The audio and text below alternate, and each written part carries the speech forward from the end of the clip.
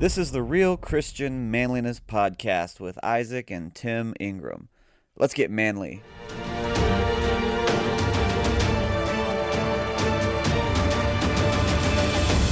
right, everybody. I've got a good buddy of mine from back in Texas named Jason Brunette. Jason Brunette, he is retired from the Navy, and we hit it off pretty quick after he started coming to our church. And so, how you doing today, Jason?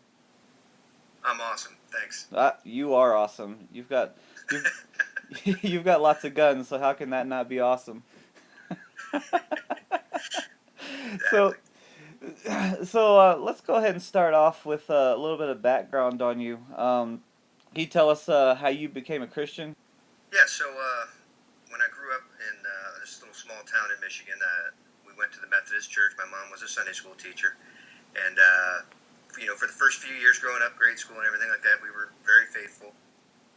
But at some point, probably around 9 or 10, maybe 11 years old, we stopped going to church. Not sure why. Eventually, a couple of years later, my parents got divorced. And so I just stopped going to church. And, of course, as soon as you stop going to church, things start going badly quickly. I started getting into the wrong crowd, started doing drinking and smoking and things like that. And it wasn't until I finally got into the Navy, go figure, that I met a wonderful woman. Her name's Tiffany. She's my wife.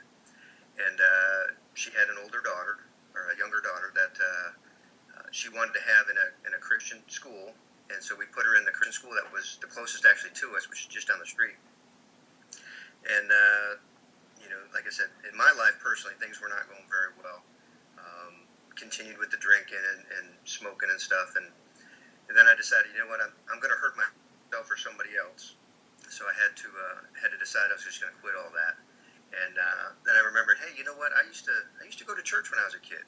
Why don't we go to the church where Cachelle's going to school? And so we started going there. And one Sunday morning, we were at church, and the church secretary knew us by face, my wife and I, because we'd gone in there several times. And she introduced us as, visitors to the church. And I don't remember a thing about the service. I just remember that, the Lord had, just kept touching my heart. And he said, you need to come forward. You're not saved. So that morning, went forward, got saved. And, I was that boo-hoo event. It wasn't just, I knew that I knew where I was going had I died that day. Yeah. But after that, it was totally different. I'm convinced that had the Lord not stepped into my life, I would be dead. Absolutely. Wow. Or in jail. Most likely dead. Neither one's a good option. So, you said you met your wife after you joined the Navy. Can you tell us a little bit about what you did in the Navy? Yeah. So when I joined the Navy, I had no idea what to do or what it was about.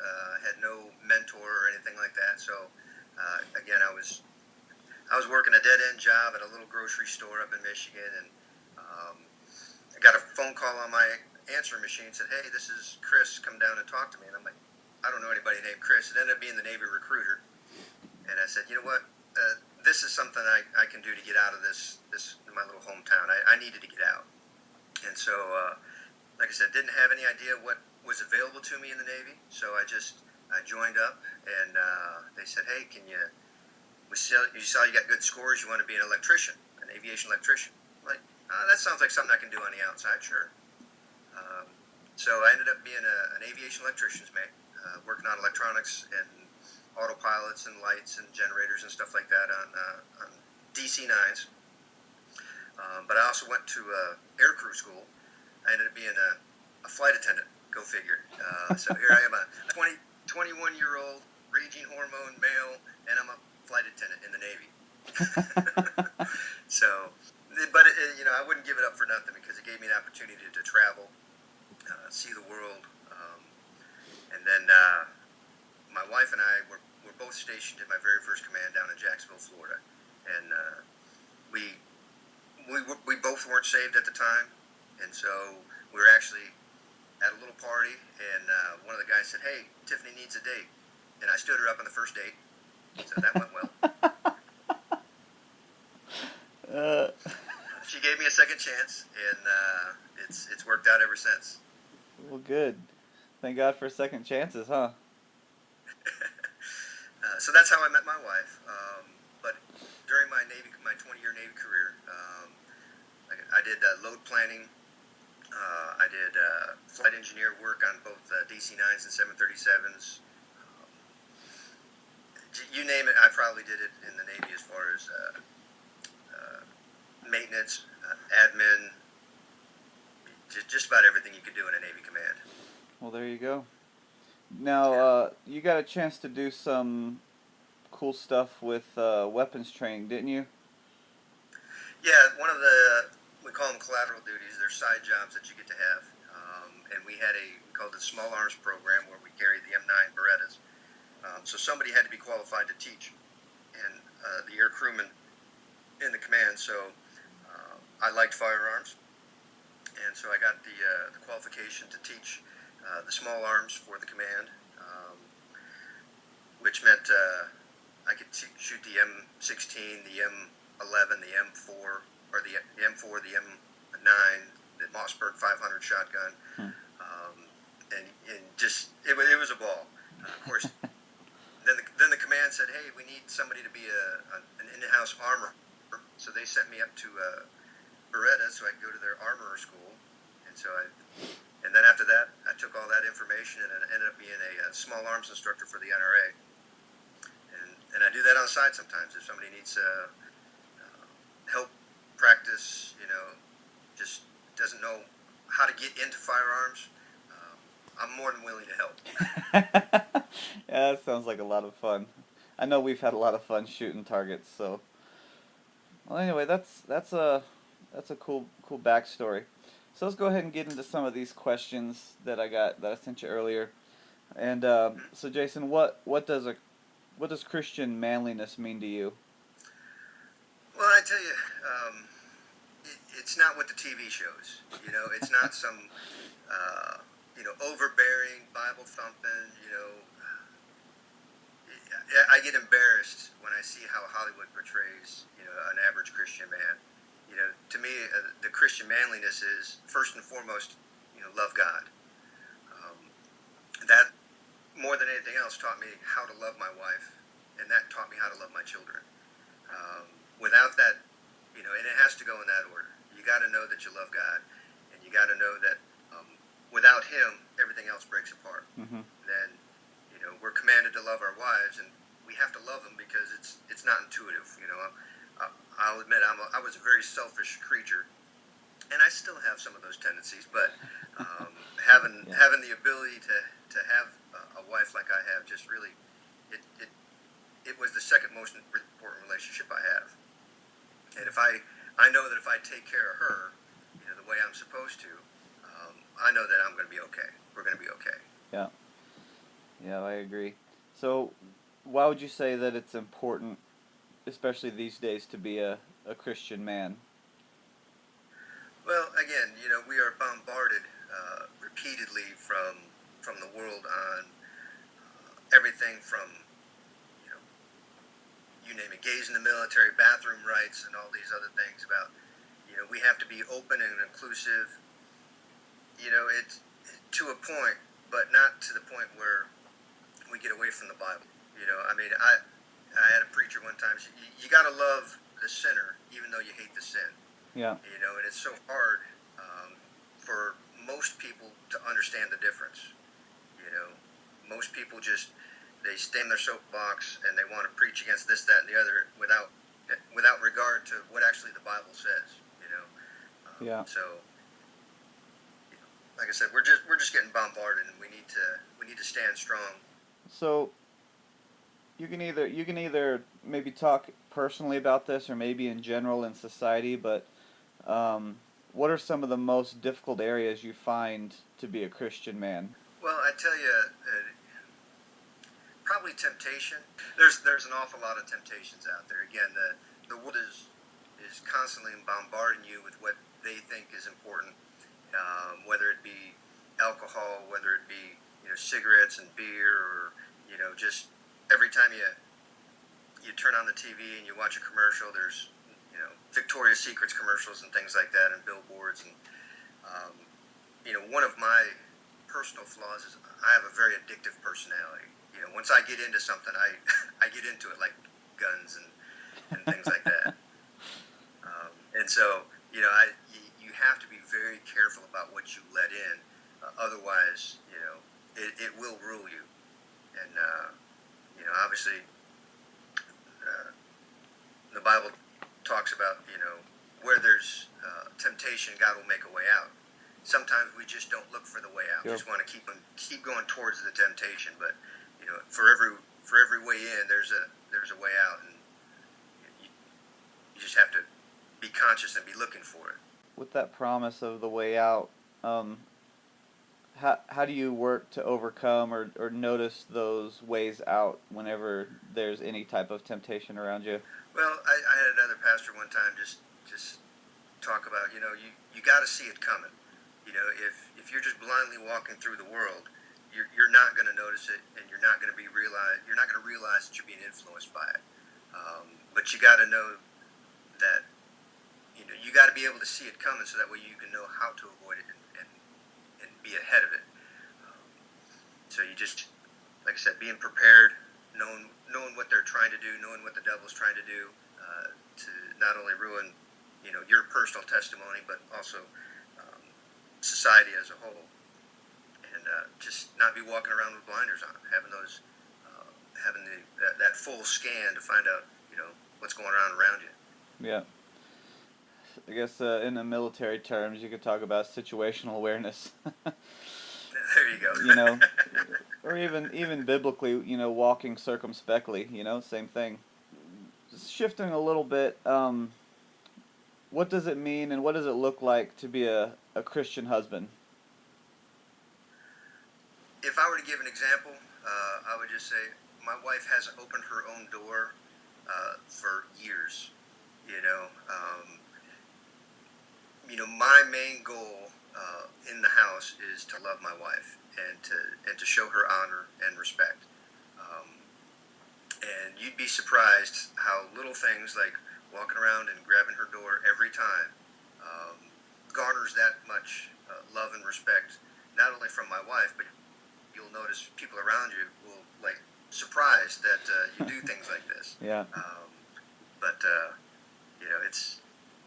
it's putting her first, and sometimes it's not always that easy.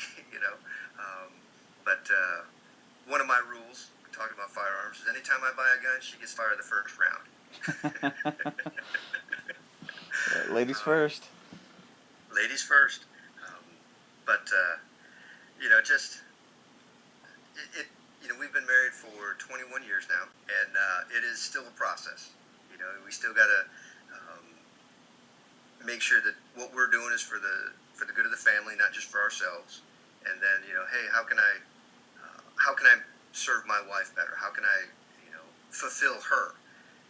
Because that's really, again, the second most important relationship that I have. Yep. And so, moving on out one circle from that, what does a Christian father look like and mean to you? My wife and I just had this conversation the other day, as a matter of fact, because I have two daughters.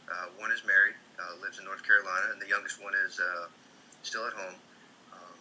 But having those two daughters means that I am the example that they look to when they want to find out what a husband is supposed to do. What does a husband act like? What does he look like? How does he dress?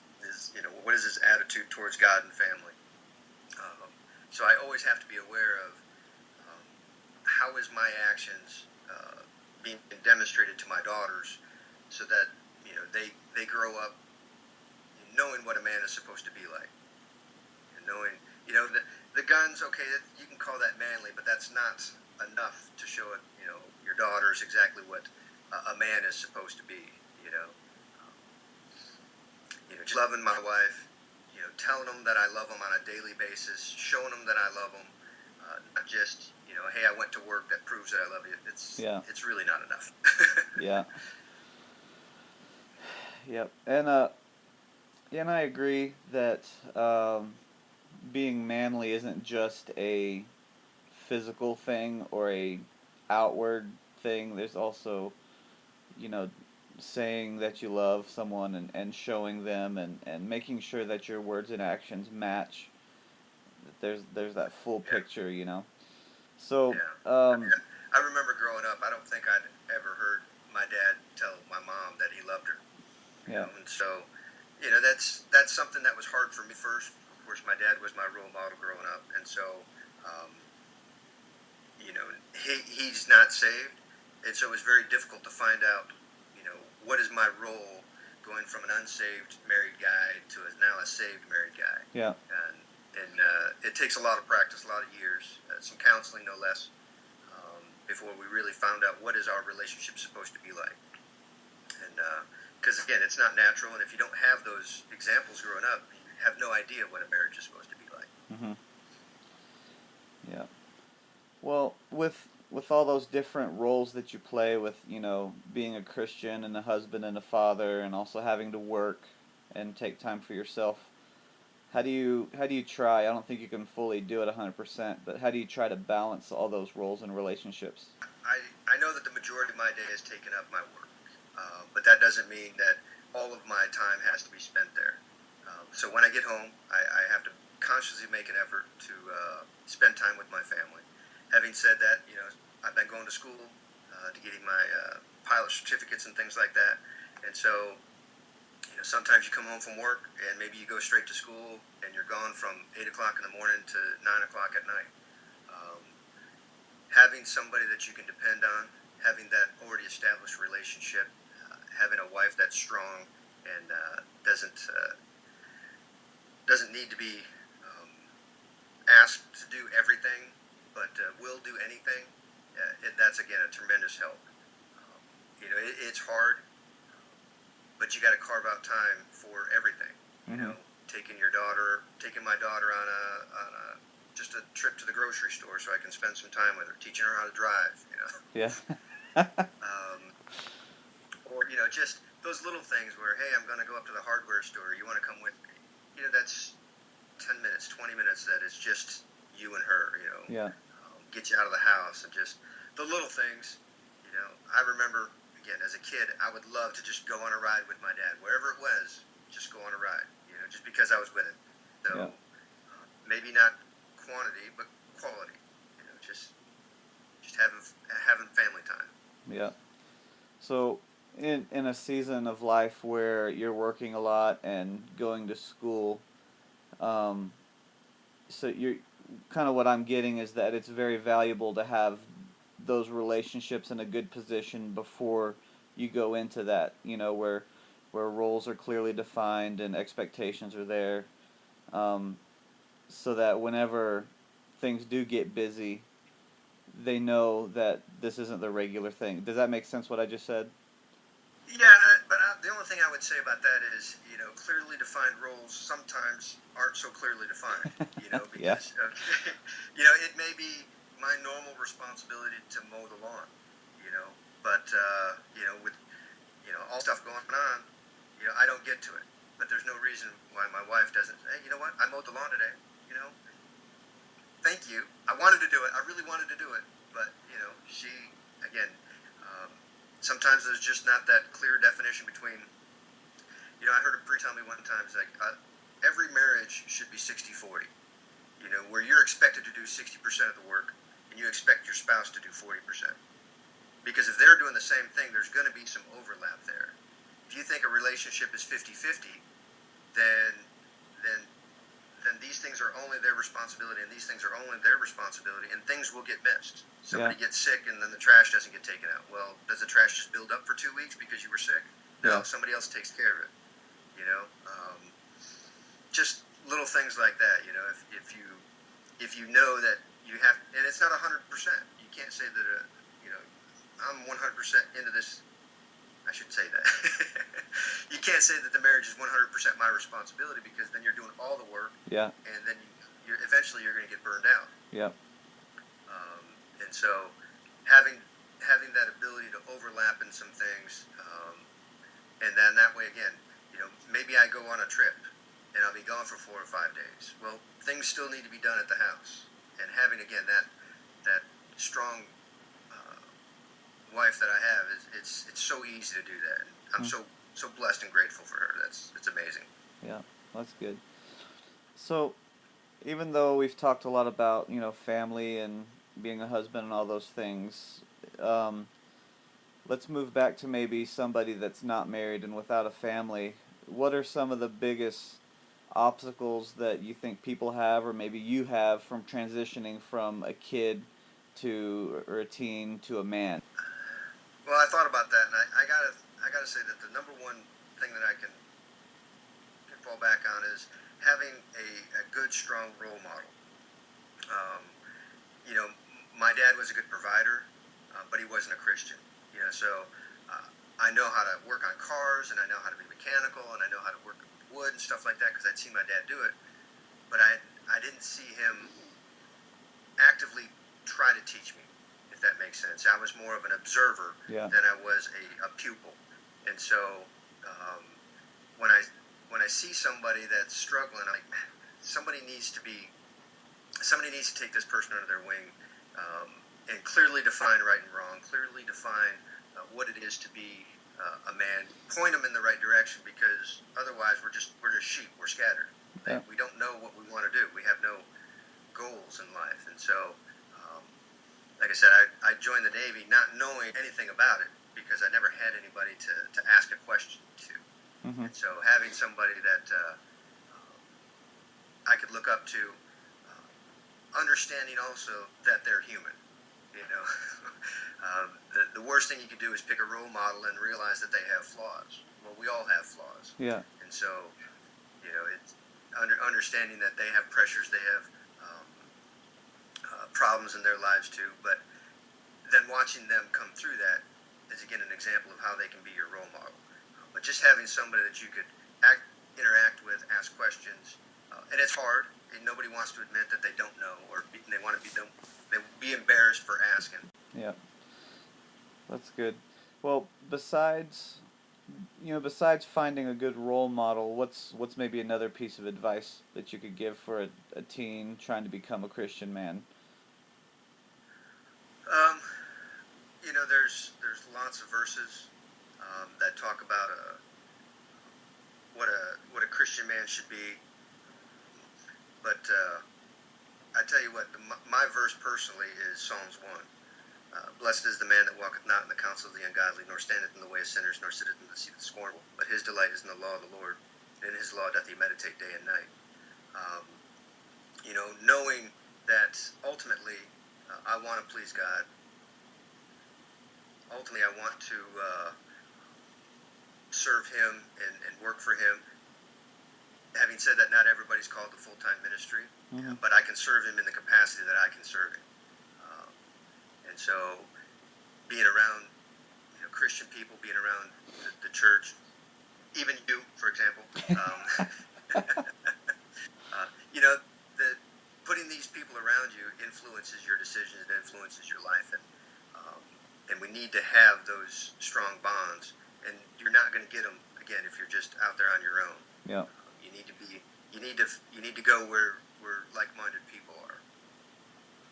Yep. Well, that's good. Well, thanks, Jason, for taking some time. I really appreciate it. And we've had similar conversations on our own. And so I knew that you would have some good insight to, what we're looking for on the show. So thanks for this time, and good luck with your pilot certifications. All right. Thanks, Isaac. Appreciate it. All right. Take care.